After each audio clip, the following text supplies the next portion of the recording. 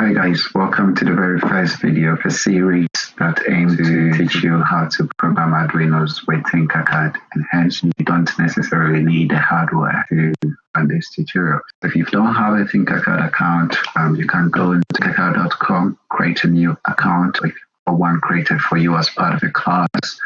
Log on and we can get started. When you do log on, you'll see a screen similar to mine. At the top left, you've got a Tinkercad Lego created by AutoCAD. It's really useful to end up in looked onto it since I started using it. So at the top right, you've got your details or your account details. You can modify it by clicking it and making some changes, and you've got other useful apps at the top. What we are interested in is the circuits, because with the programming Arduinos, you've got other options where you can use 3D designs for 3D circuit printing, and you've got the code blocks option as well. So we'll mostly be creating circuit, but I've got an option at the bottom, which is the project helps you organize different circuits and different designs into a project. I particularly like that one, so I'm going to create a new project for this particular series and rename it. Click on project you just created, and click on the gear button, click properties and give it a name. I'll call mine Arduino programming. I would say if you can give it a description if you want.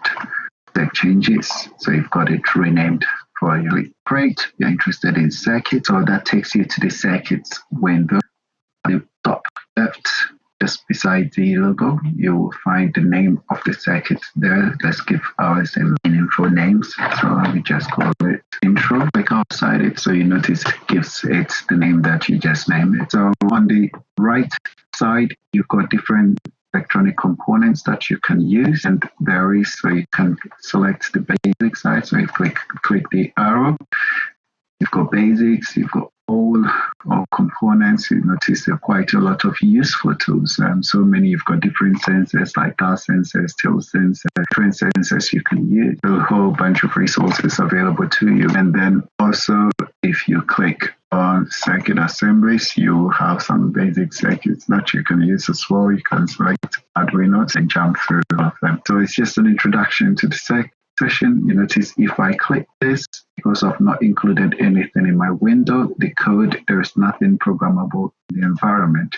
However, if I drag and drop an Arduino in there, I have the Arduino pop up, and I click on the code view, I've got options for coding. Now there is the code option where you can use block coding, or you can choose block and then the text. You can basically use blocks to generate text for you as well, or just work hand in hand with that. I will mostly be programming through the text interface. Once you click the text, you lose the code altogether.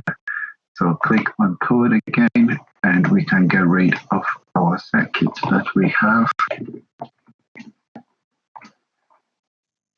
Back to the environment we started with. So to start off with, let's include Breadboard.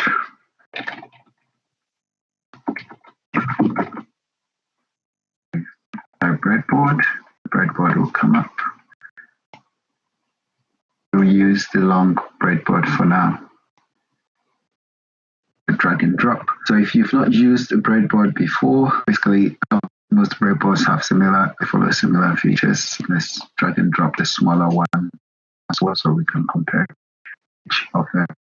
First time if you're using breadboard, you'll notice at the very top you've got these two horizontal lines, one negative, one positive. It's easier to follow the convention when you implement your circuit. So negative, normally conventionally we connect to ground, and the positive will go to a voltage source. So if you provide a voltage source to your Arduino Uno board and to the breadboard, let's say 5 volt, everything on this line will be 5 volt. So you can just basically connect the 5 volts to several other pins as well. The same way you can connect your ground to this pin, and it will be connected across. So when you get to the vertical sections, so each column from I, J down to F, each column is connected. So each vertical line has the same pin connection. So all these have the same connections, all these have the same connections, Now, up left on there, very useful if you are connecting a chip. So let's find the AP tiny chip. If you have a microchip that you're connecting across, it's a lot easier to use the gap for your connection. So as you connect it across gap, what that means is that this pin, you have several access to this particular pin using this particular outlet, and then you do not short circuit your pins across. However, if you move it across on the board, you create a short circuit between these two pins.